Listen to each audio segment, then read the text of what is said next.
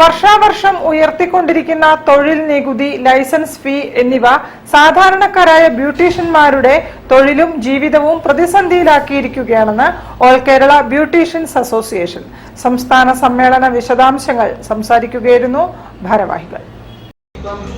ഇത് ചെറിയ സംരംഭകരാണെന്ന് പറഞ്ഞാൽ 250 സ്ക്വയർ ഫീറ്റ് തൊട്ട് നമ്മൾ തുടങ്ങുന്ന പാർലേഴ്സ് ഉണ്ട്.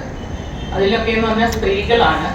അപ്പോൾ അവർ മെയിനായിട്ട് ഇതൊരു കൈത്തൊഴിൽ എന്ന നിലയിൽ തുടങ്ങുകയും അവരുടെ ഒരു ജീവനോപാധിയായിട്ട് കണ്ട് പ്രൊഫഷൻ മുന്നോട്ട് കൊണ്ടുപോകുന്നവരുമാണ്.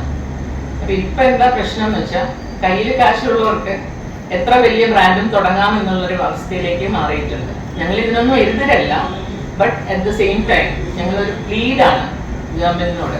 ഒരു ക്ലാസിഫിക്കേഷൻ, ഒരു ഗ്രേഡിങ്. കാരണം ഈ 3500 സ്ക്വയർ ഫീറ്റ് ഉള്ള ആൾക്കാരും ഈ 250 സ്ക്വയർ ഫീറ്റ് ഉള്ള ആൾക്കാരും ഒരേ ഗ്രേഡിലാണ് പോകുന്നത്. പല കാര്യങ്ങളും, ലൈസൻസ് ഫീ തൊട്ട് ടാക്സുകൾ തൊട്ട് പ്രൊഫഷണൽ ടാക്സ് ഉണ്ട്. ഇപ്പൊ വേറൊരു ടാക്സും കൂടെ കൊണ്ടുവന്നിട്ടുണ്ട്. ദാറ്റ് ഇസ് അതിന്റെ വർക്കേഴ്സിന് professional tax.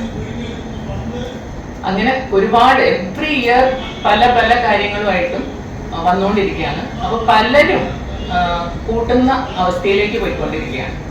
All Kerala beauticians അസോസിയേഷന്റെ സംസ്ഥാന സമ്മേളനം മാർച്ച് 18-ന് ഹോട്ടൽ അളകാപുരിയിൽ വെച്ച് നടക്കും. മേയർ ഡോക്ടർ ബീന ഫിലിപ്പ് ഉദ്ഘാടനം ചെയ്യും.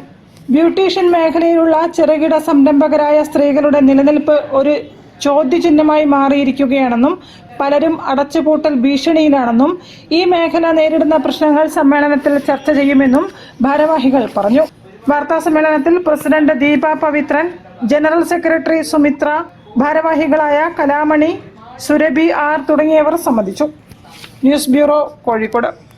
വാർത്തകൾ ചുരുക്കത്തിൽ നിങ്ങൾക്കായി അവതരിപ്പിക്കുന്നത് ക്യാൻസറിനെതിരെ പൊരുതാനായി കാലിക്കറ്റ് സിറ്റി സർവീസ് സഹകരണ ബാങ്കും MVR ക്യാൻസർ സെന്ററും സംയുക്തമായി അവതരിപ്പിക്കുന്ന ക്യാൻസർ ചികിത്സാ സഹായ പദ്ധതിയാണ് മാസ് കെയർ.